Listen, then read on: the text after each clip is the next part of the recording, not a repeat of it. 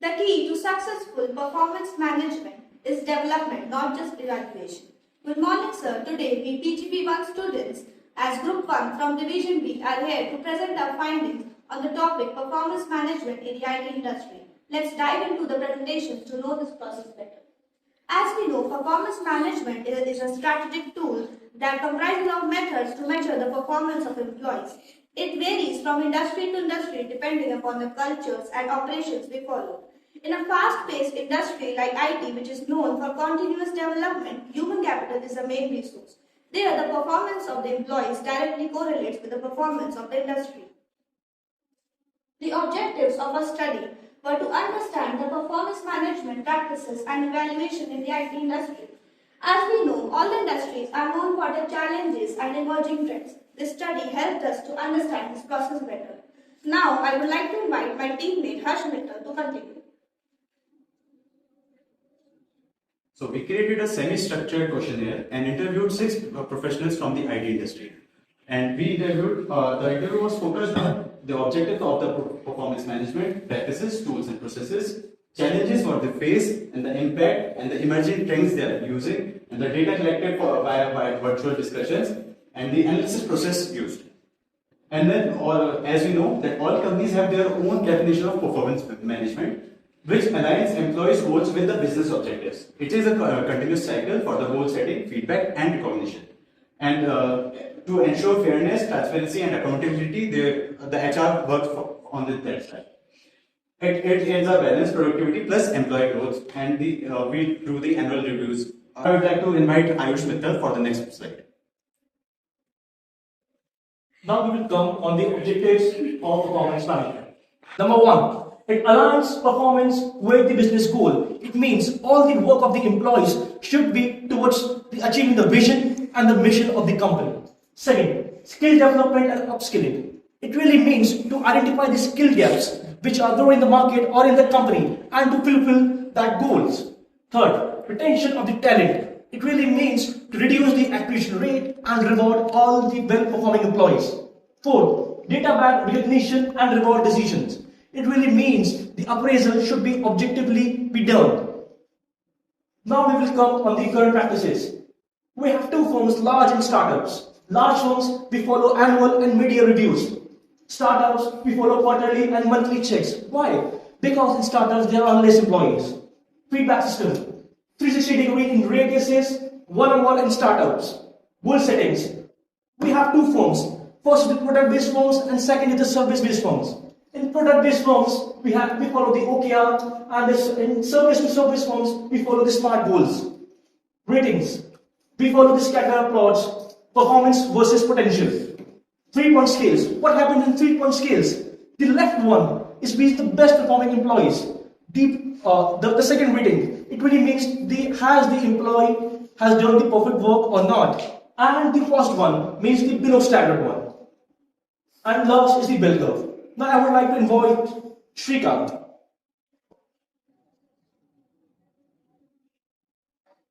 Hello, I'm now going to talk about tools and systems.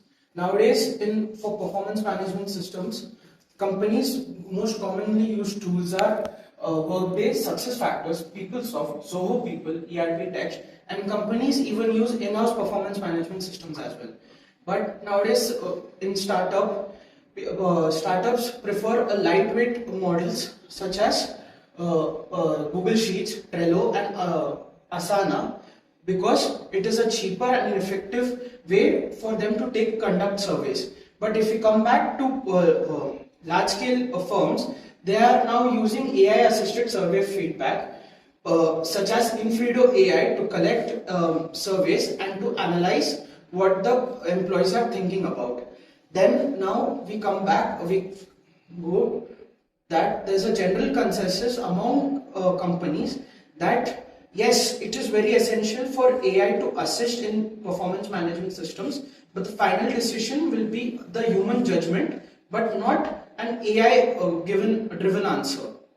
Next, we come to challenges, wherein in managerial it is based on subjectivity, wherein it is differed from manager to manager. Then the next is lack of feedback training, wherein the managers don't give feedback to the employees on a regular basis, due to which the employees are not properly evaluated on a performance basis. Then we come to your human resources.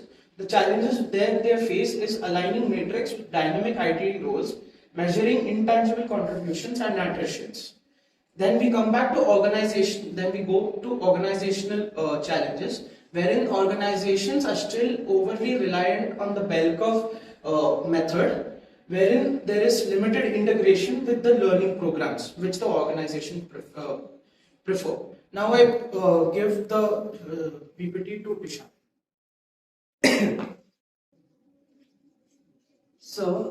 Now we'll be looking at emerging trends within the performance management side of the IT industry. Companies have started using AI-driven analytics as the base for a lot of their performance management and performance reviews. Companies have started also trying to use skill-based rather than output-based evaluations. This basically means that employees are being measured based on their skill level and skill ceiling as opposed to what kind of output they provide, mainly because the output is very intangible and difficult to measure. Additionally, employee well-being has also taken a center role in a lot of these IT companies, where companies are trying to ensure employee retention, as the average employee lifespan at a company is on average 3 to 4 years. Lastly, companies have also started using continuous feedback apps for pulse surveys and even other anonymous activities. Moving on to the impact that performance review has on employees. So there are two sides to this. We can start off with a positive. So in terms of positive reactions, recognition helps keep employees motivated. And at the same time, it also helps provide employees clarity in terms of their career progression. Lastly, rewarding high performers also helps keep them engaged and keep them feel valued, which also improves retention.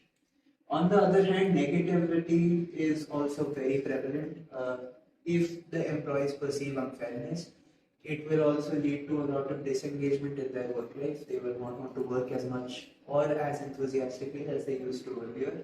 And rating fatigues in larger orgs basically implies that larger companies have a lot of ratings interviews to be conducted, which makes it very difficult for employee managers and HR professionals to keep all ratings and all reviews run on a consistent basis.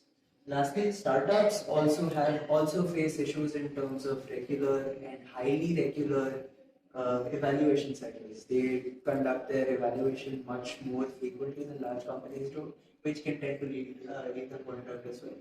Lastly, one issue that is kind of like a counter issue is overpraising, which can in some cases lead to the employee feeling overconfident or even become very unpleasant to work with or deal with on a daily basis. Lastly, this is our analysis. We believe that the similarities that we have noticed across all of our interviews are that annual appraisals alone are insufficient. Companies do not feel that they can just decide based on annual reviews purely because of how intangible and subjective the work response is. Feedback is highly essential. Manager feedback and manager discretion holds a lot of value when it comes to performance management. Lastly, fairness and transparency is also a crucial piece, and that holds a lot of value in this department. Moving on to differences based on company size, larger firms rely on much more tool-heavy and structured processes as opposed to startups, which rely more on informal, frequent, and more manager-driven approaches. Larger companies also try to make sure everything is done in a very highly structured manner in order to make sure everything goes out on time. And then moving on to a difference between what manager roles are and what human resources roles are. Managers mainly look at productivity, performance gaps, and as well as the team's outcome. They are dealing with employees on a more day-to-day basis, whereas HR is dealing mainly in terms of compliance, fairness, and engagement. They do not directly have access to employees on a daily basis and their work product, but they are always in touch with the manager as well as employees on an informal or irregular basis in order to make sure that employee satisfaction is retained. The overall trend that we have observed is that there is a gradual shift over to more of a continuous performance management style and more employee-centric models that we use. This wasn't as possible earlier, but now due to the implementation of AI, this has become increasingly. Lastly, we believe that effective performance management is very crucial for the IT industry. It is very, very important for employees and managers and HR to all be in sync together. This is also what the feedback we received from the interviews that we took. Goals and feedback have to all be in touch and in sync. And yeah, that's it. So thank you for presentation and for being patient.